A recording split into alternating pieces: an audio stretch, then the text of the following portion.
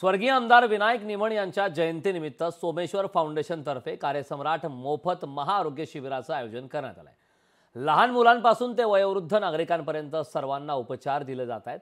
यंदा या महाआरोग्य शिबिराचं दुसरं वर्ष आहे। वेगवेगळ्या ओपीडीच्या माध्यमातून जवळपास 100 डॉक्टरांची टीम या ठिकाणी कार्यरत आहे। आतापर्यंत हजारो जणांवर उपचार केले गेलेत।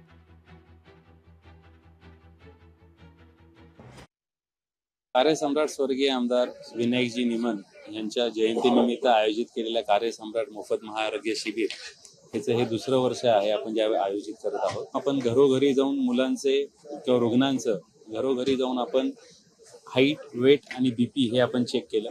त्यामध्ये जे सेकंडरी स्क्रीनिंग आहे हे शिवाजीनगर मतदारसंघामध्ये 36 ठिकाणी आपण सेकंडरी स्क्रीनिंगचं आयोजन केलं होतं।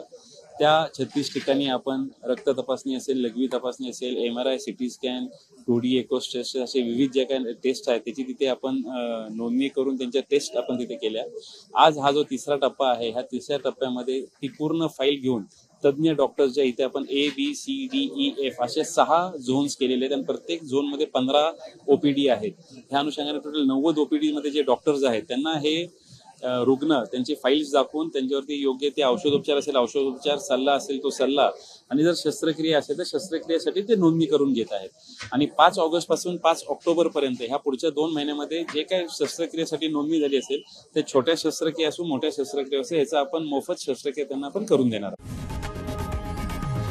लोकशाही मराठी ऐका, पहा, जागरूक रहा।